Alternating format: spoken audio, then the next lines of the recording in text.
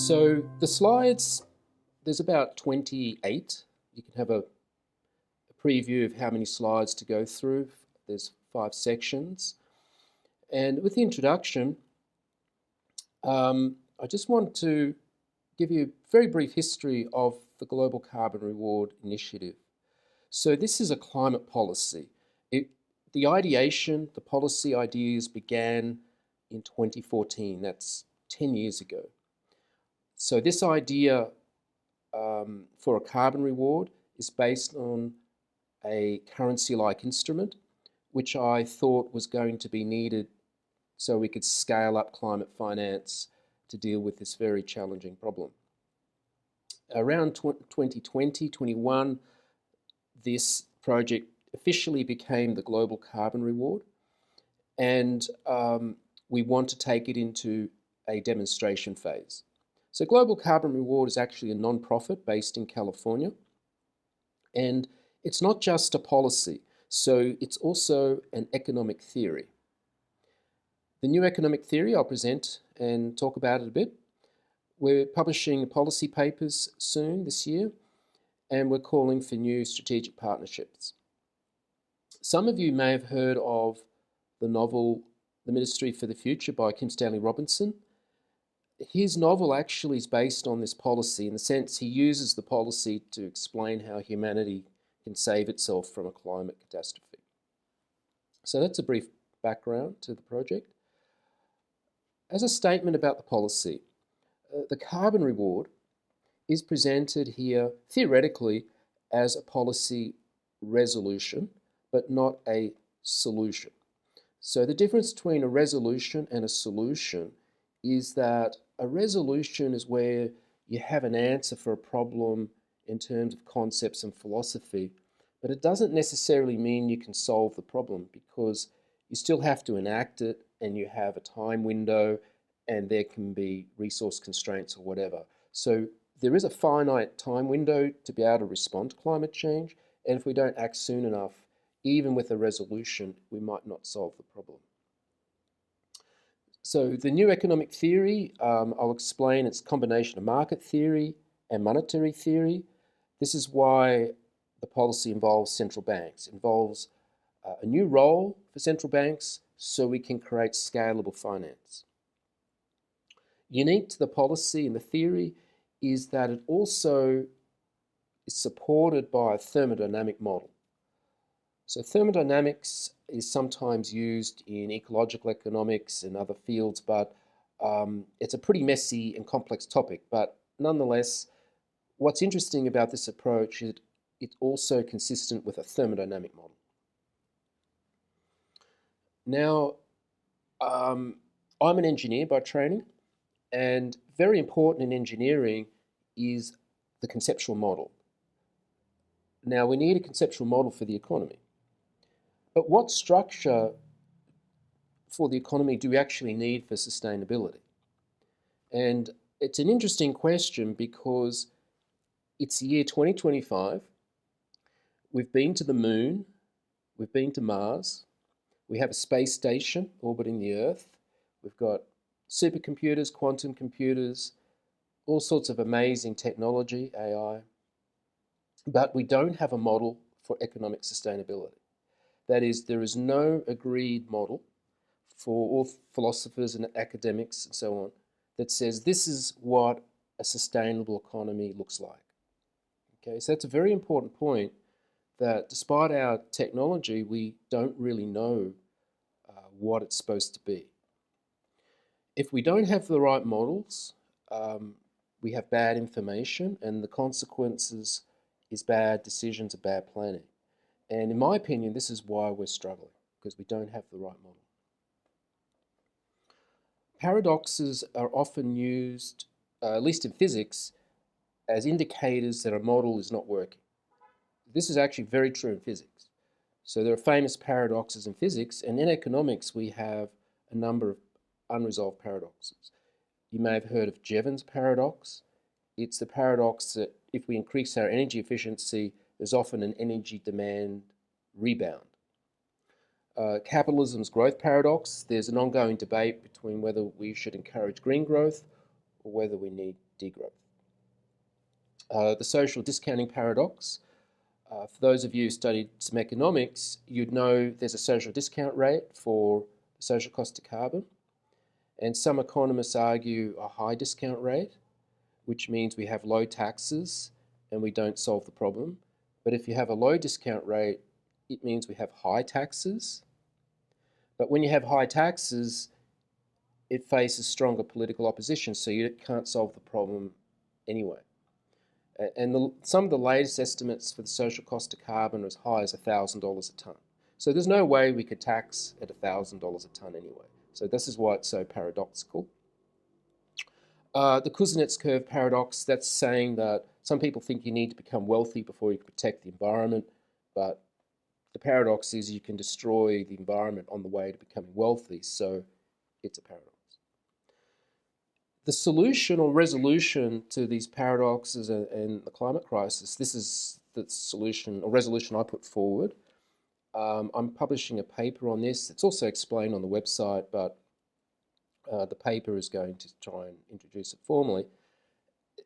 The resolution is based on this matrix-style analysis of carbon pricing or market policies. I call it the market policy matrix, and it involves analysing these policies based on sticks being negative pricing or carrots being positive. So the row at the bottom is sticks, row at the top is carrots, and then you have got different units of account. It could be either fiat currencies or carbon units. The yellow and the green policies, they're standard policies, but the carbon reward is new. It doesn't exist in textbooks. And the shadow being cast by this monolith refers to carbon credits and offsetting. And we've invested a lot of time and effort into carbon markets under the Paris Agreement, but it doesn't really solve the problem. That's why it's kind of like a shadow. And what I argue is that we're missing this carbon reward policy. Now, the carbon tax is strongly associated with negative externalities under Pagu's theory, and it's formally called the social cost of carbon.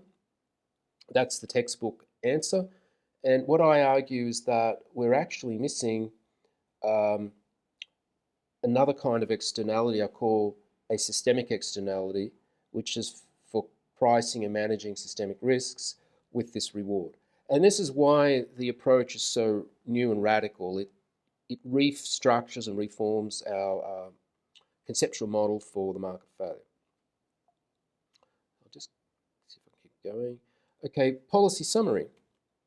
I'm going to go through the policy and explain what it is, a bit about how it works, and then we'll move on to some more background theory. So the carbon reward is actually a mitigate and trade policy. So cap and trade, very well known. This is kind of the opposite, mitigate and trade, meaning we're going to use a tradable asset called a carbon currency, denoted XCC. And this new tool or instrument will be offered to projects for their mitigation outcomes. And interestingly, this XCC will be traded in the foreign exchange currency market, or the Forex. So it's going to be like a currency, but it's not a national currency. It's really a commodity-linked currency. Also unique, it will have a guaranteed price floor, meaning that the value will be partially managed by central banks. The use of this is that it will attract voluntary investing in the XCC, and this relates to the theory called the Coase theorem from Ronald Coase. And the point here is that we use the trading to channel the cost of mitigation into financial markets. So the whole point of it is to channel the cost so we reallocate financial capital. Remember, I didn't mention we're going to need to provide trillions of dollars worth of this reward every year for the whole century and beyond. The carbon currency, denoted XCC, okay, important, is the unit of account. And it's very technical, but not too complex. It looks a bit like a carbon credit, but it isn't. So 1 XEC is 1 over R tonnes of carbon dioxide equivalent that's mitigated for 100 years or more. And this R, which is unusual because it's not just 1 tonne, it's 1 over R. The R is a customization index for projects so that we can adjust the amount of rewards for projects so that they can meet their milestones and targets. That means we don't treat every tonne of carbon as being fungible. So it's not a carbon credit, it's not an offset, and it doesn't require fungibility, which is a very important distinction. Just summarising, this carbon currency has unique features. It's for results-based finance. You can't buy anything with the carbon currency, it's just an asset. I said it's not a carbon credit. It's used to reallocate financial capital, trillions of dollars per annum, and it's debt-free. So there are no loans behind this. It's debt-free finance. The process of money creation or XEC creation is that we will have an issuer called the Carbon Exchange Authority, and it will issue XEC to the awardees on the left, and those XEC issuance is based on contracts that are signed by the awardees, and they form the asset side of the issuer's balance sheet, a bit like a commercial bank. On the right side is the demand side. So we've got currency traders who look at the price floor, which is guaranteed, and then they buy the carbon currency because it's an investment, a relatively low risk investment. Now, if the price falls too low, then the central banks step in and buy the XEC off the open market. So the point here is that central banks have balance sheets with assets and liabilities, and the XEC simply falls into their asset column, and they issue new bank reserves as their liability. And those bank reserves go into circulation and increases the money supply. And on the left side, the issuer has the contracts as their assets and issues the carbon currency as their liability. And this follows the same model of commercial banking in the sense that commercial banks, their assets are mortgages and loan contracts. This is not a loan. This is a service contract for awardees to earn the carbon currency. So that's the supply on the left and the demand on the right. Once you set supply and demand, a price can be discovered, noting that the price will always stay above the price floor because of the central bank guarantee. The point is that we have this carbon currency, it's issued as a reward, and it's traded in the foreign exchange.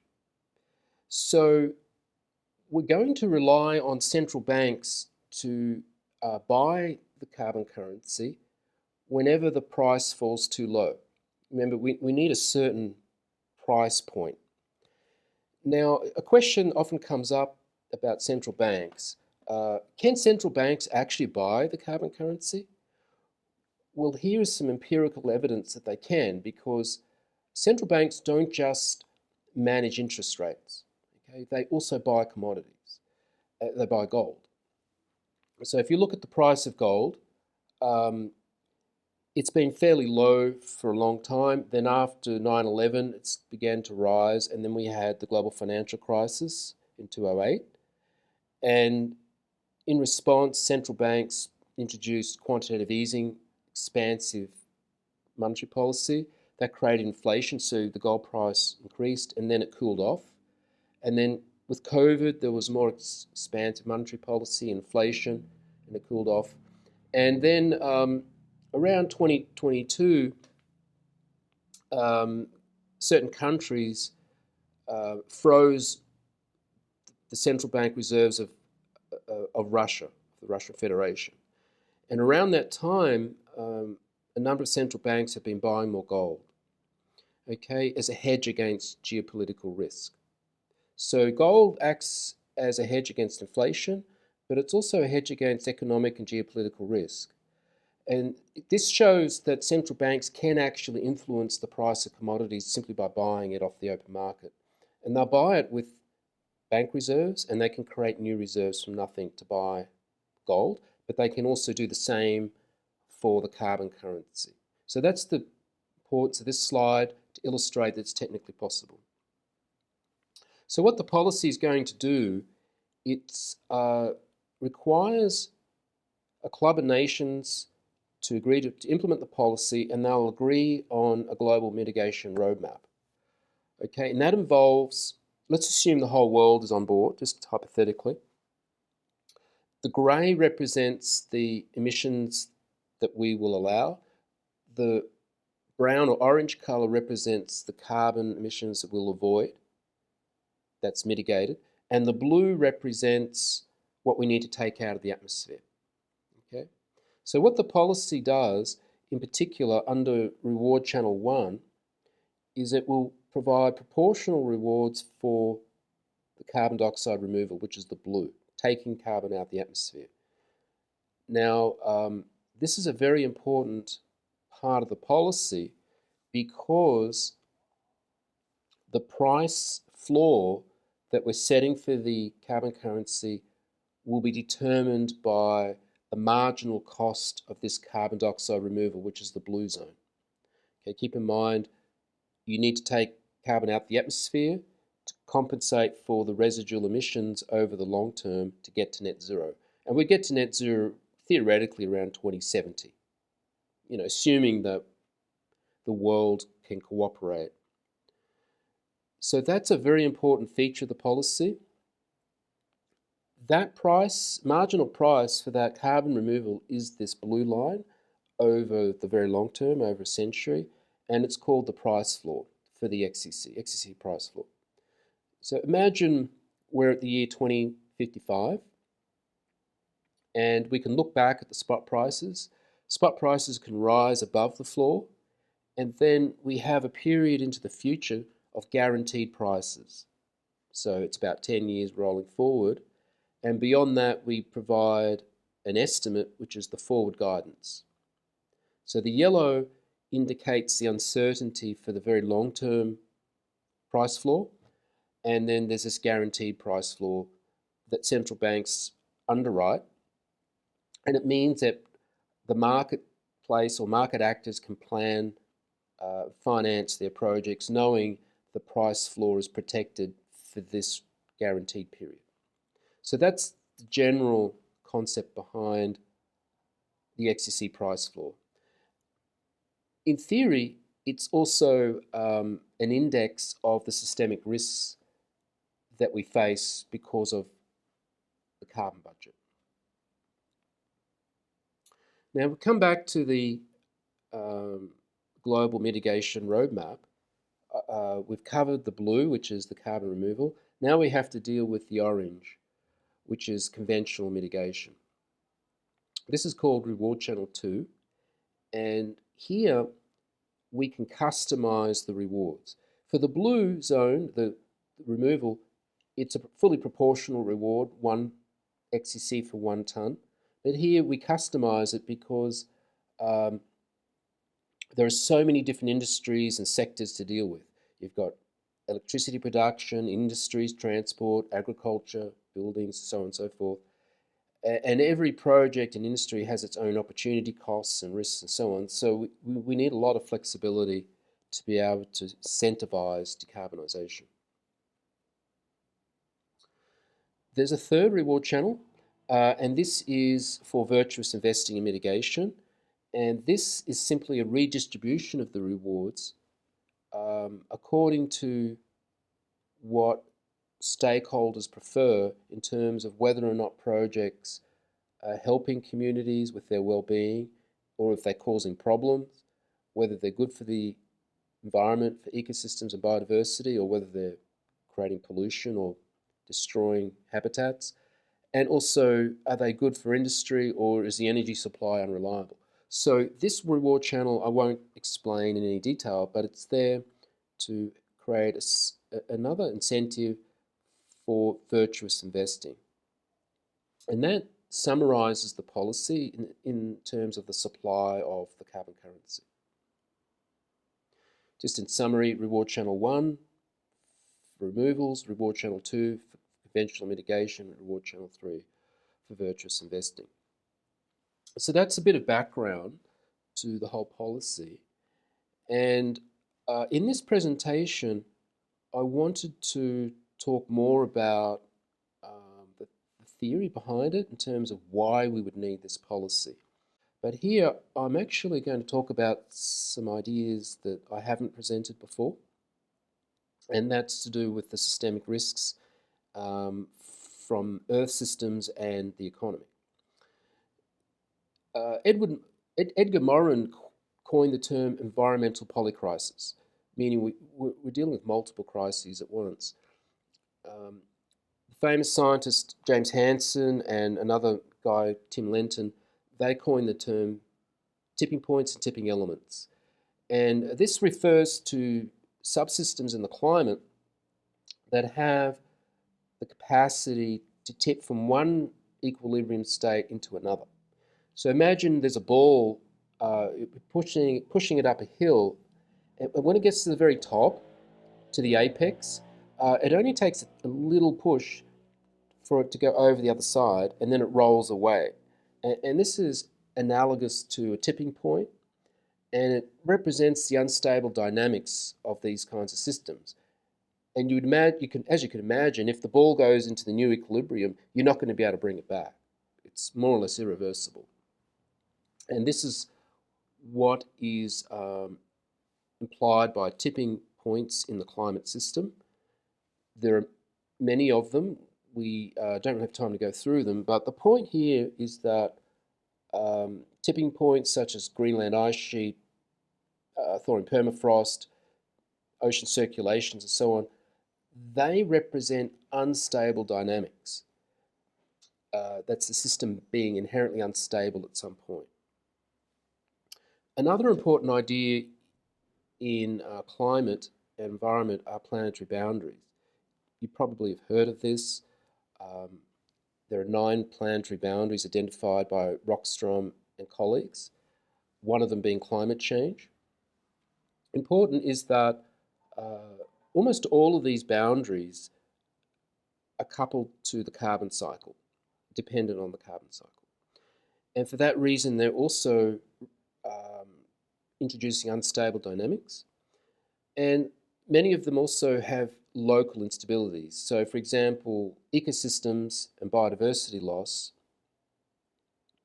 over here, that tends to start as a local instability and it could grow into a regional or global instability. Another idea that's important that came out of the United Nations Environment Programme more recently is the triple planetary crisis. And really they're just saying, look, we've got 3 major problems. Climate change with the unstable dynamics, pollution, that's materials like plastics and PFAS and so on that are incompatible with the biosphere, and then biodiversity loss, which I've already mentioned. So this sets the context for why this policy is needed. And to explain from a theoretical perspective, what I'm saying is when we look at the carbon pricing matrix here, the box in the middle, the yellow referring to the carbon tax is the standard neoclassical. And that concept ties back to Arthur Pigou's idea of the negative externality, also called social cost of carbon. And it's really about pricing the damages on human beings or affecting people. This theory that I've developed claims that we're missing a new class of externality. I call it a systemic externality. And it associates with the carbon reward, and it's fundamentally different to Pigou's externalities. Not only that, it's also relying on the Coase theorem. So Ronald Coase, he says, if you can represent private property with a tradable asset, people can trade their way to an optimum, Pareto optimum. That's the Coase theorem. And so in summary, we have on the left Pigou's approach, which is based on cost versus benefit optimization. And I'm arguing that we need the systemic externality to deal with the unstable dynamics of Earth systems. Meaning that because the dynamics are unstable with very large impacts, you can't really predict what the damages are going to be or how large they're going to be or when they're going to happen anyway. So that's one major reason why cost versus benefit's not going to work. Also, taxes are not able to solicit cooperation. So that's Earth systems. Now, I'm just going to go over economies and systemic risks associated with economies. So, excuse me. Here's a question for everyone. Do you think the economy as a system is stable or unstable? If we look at GDP over about 50 years or so, we can see it's been increasing steadily, and there have been interruptions, notably the global financial crisis and the COVID pandemic, and they did create instabilities. But if you look at the Keeling curve, what you could see is that CO2 emissions have been rising steadily. There's hardly any perturbation in the CO2 concentration. So it's very steady. And what I argue is that these indicate that the economy as a system is actually stable. It has stable dynamics because it just continues on with high inertia, even though there are localized instabilities. If we look at the energy supply on the left, you could see that over the past 200 plus years, we've consistently used biomass, and the use of fossil fuels has grown exponentially. It's not really even peaking, and other sources of energy are actually very small by comparison. The emissions from fossil fuels have been growing steadily. We're up to 37 billion tonnes, and that's just the CO2. So if you take all greenhouse gases, it goes over 53 billion tonnes in 2023. This is another sign that this economy has stable dynamics. If you drill down into the details, we could look at the data using the K identity. It's simply factorizing the macroeconomics of the world economy by dividing it into emissions, F, GDP is G, population P, E, energy. So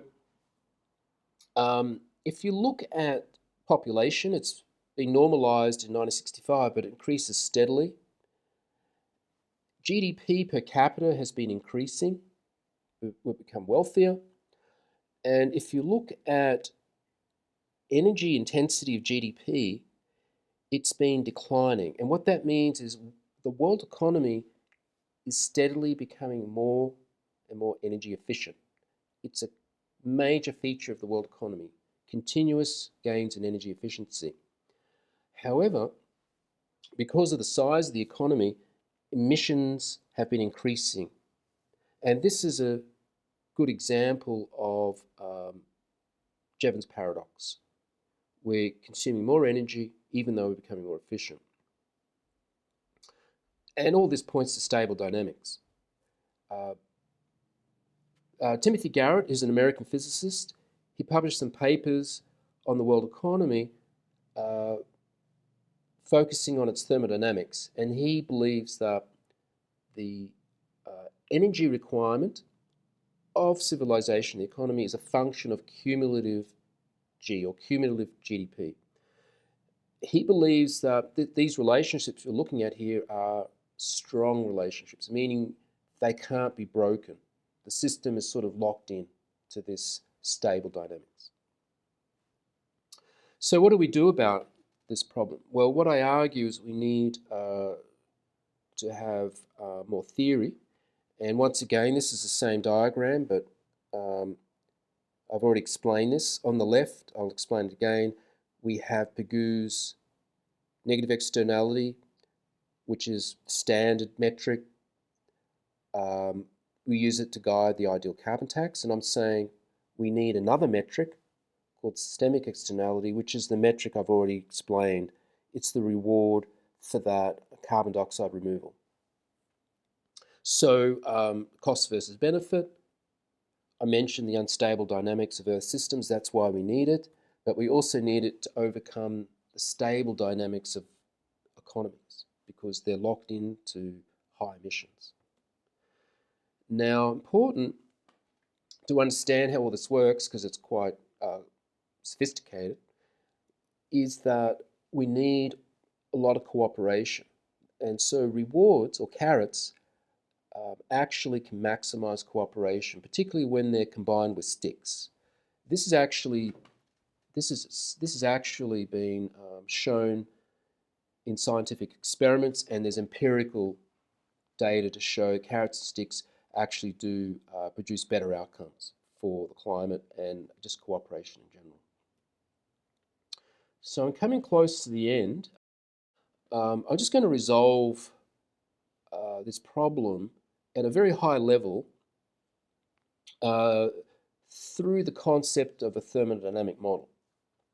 Now, I know I'm presenting a lot of ideas here and it might not all make sense, but I just wanted to touch on these points to give you an idea of what's sort of going on behind the scenes with this work. So what you're looking at here is a thermodynamic model of the existing economy on the left, the brown box. It actually represents all the sectors of the economy that produce goods and services. And the green box represents a new sector that this policy will create. Remember, we're creating a reward market. That's the green box. And all the black lines and the red line, they delineate the energy fluxes and the flows of carbon. So the flows of carbon and energy as a complete model. Now, if we focus in on the two boxes, because these are two subsystems, this is actually very different to what ecological economists have proposed because they've focused on a single system. Think of the steady state economy, the circular economy, and so on. Here, we're advancing this problem by introducing two systems. The system on the left, from a thermodynamic perspective, it's a heat engine. And this heat engine, to manage it, the logical approach is to follow the neoclassical method. We need to define the social costs, the negative externality, and then we try and improve social efficiency and energy efficiency. So that's standard. And what I'm saying is we need the second system, which is actually thermodynamically the reverse of a heat engine. Technically it's a negentropy engine or negative entropy engine because it's taking carbon out of the atmosphere. And you'll notice that there's an exchange of energy between the two systems, and that's enabled through the reward policy and the energy embodied in the carbon currency. Now, we are interested in the energy efficiency of the negentropy engine, the green box, but that's not the key focus. It's not the core focus of the problem. The core focus is actually the fact that we need two systems working together in a collaboration or symbiosis, if you like. The point here is that the systemic externality and the systemic risks in this model are addressed by the two systems working together. Okay, so the system on the right, it's fed energy from the system on the left, and this will have the effect of crowding out the consumption of goods and services because we're trading that off for mitigation. Okay, and that's how the whole thing holds together. That's the concept from a very high level and using thermodynamic concepts.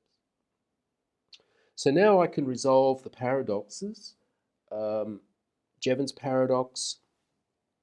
The way we overcome the energy rebound effect is that we combine the heat engine with the negentropy engine, and we transfer energy from the left side to the right side, and that avoids an energy rebound effect.